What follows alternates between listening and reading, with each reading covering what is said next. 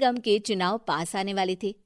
पूरे कानपुर शहर में टिकट को लेकर मारामारी शुरू थी, लेकिन सबसे ज्यादा चर्चा में वार्ड नंबर 40 की सीट थी। वो इसलिए क्योंकि इस बार वहां की सीट महिला के लिए आरक्षित थी। अब सवाल ये था कि चुनाव लड़ेगा कौन। इससे पहले ठाकुर साहब वहां से पार्षद थे और इस बार उन्होंने अपनी पत्नी सीमा ठाकुर को टिकट दिलवाई और ठाकुर साहब की शान के कारण सीमा जी ने 20,000 वोटों से चुनाव जीत लिया। अरे बधाई हो सीमा भाभी, अब तो आप वार्ड की पार्षद बन गई हैं।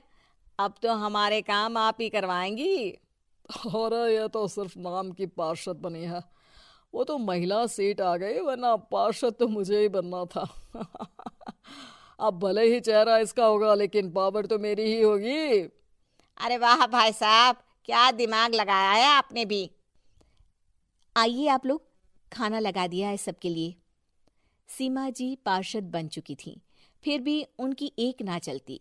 सारे काम ठाकुर साहब खुद ही संभाल लेते और जहां जरूरत पड़ती वहां सीमा जी का अंगूठा लगवा लेते। सीमा जी ज्यादा पढ़ी लिखी भी नहीं थी। एक दिन ठाकुर साहब और सीमा एक प्रोग्राम में जाते हैं। अरे ठाकुर साहब, आप आ गए। ओहो, पार्षद मैडम भी आ गई हैं। स्वागत है आप दोनों का। लगता है हमारे पार्षद फंड का सही इस्तेमाल हो रहा है। चलिए अब उद्घाटन करते हैं। ये लीजिए ठाकुर साहब कैची, आप ही सबसे पहले प्रवेश कीजिए। सब लोग आगे निकल जाते हैं और सीमा जी पार्षद होने के बावजूद भी पीछे खड़ी रह जाती हैं। वो देखती हैं कि वेलकम बोर्ड पर उनका नाम है, लेकिन महिला होने के कारण कोई उनका सम्मान नहीं कर रहा। अगले दिन एक आदमी उनके घर आता है। अरे ठाकुर साहब नमस्कार। कल ना हम नोटिस किए कि हमारा घर तो अवैध है और नगर निगम वाले उसे तोड़ने आ रहे हैं। अरे कुछ कीजिए ना ठाकुर साहब। देखो भाई, मैं तो ज्यादा कुछ कर नहीं सकता, पर अगर तुम सबकी जेब गर्म कर दो तो कुछ हो सकता है। कुल मिलाकर 4 लाख लगेंगे। अरे 4 लाख ठाकुर साहब?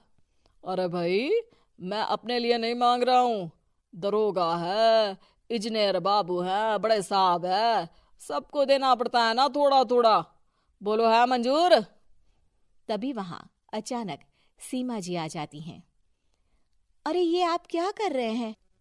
पहले इन्हीं लोगों से तो आपने वोट मांगे, अब इनसे ही पैसे ले रहे हो।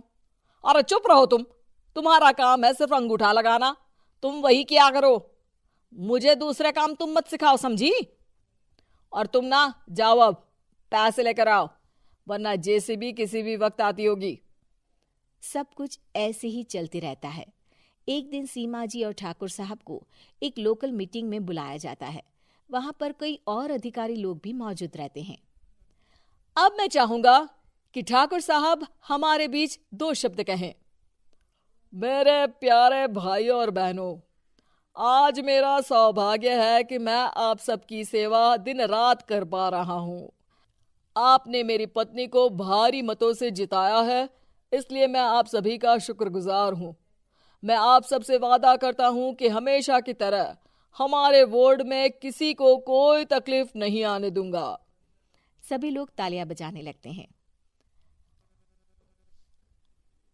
अब मैं माननीय पार्षद मैडम को स्टेज पे बुलाना चाहूंगा।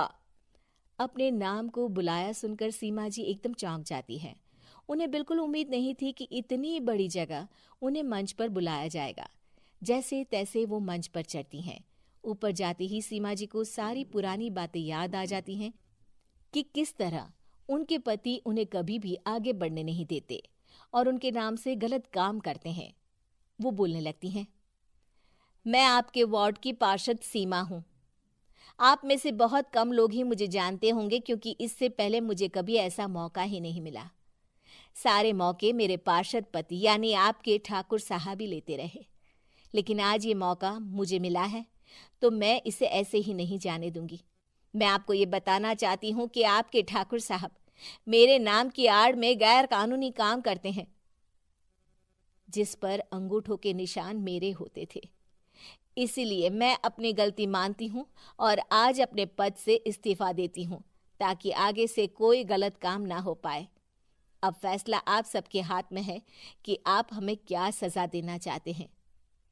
सीमा जी की बातें सुनकर ठाकुर साहब के चेहरे का रंग उड़ जाता है और वो शर्म से मुंह नीचा करके वहां से चले जाते हैं और पद से इस्तीफा देकर ही सही सीमा जी अपने आप में आत्मविश्वास महसूस करती हैं।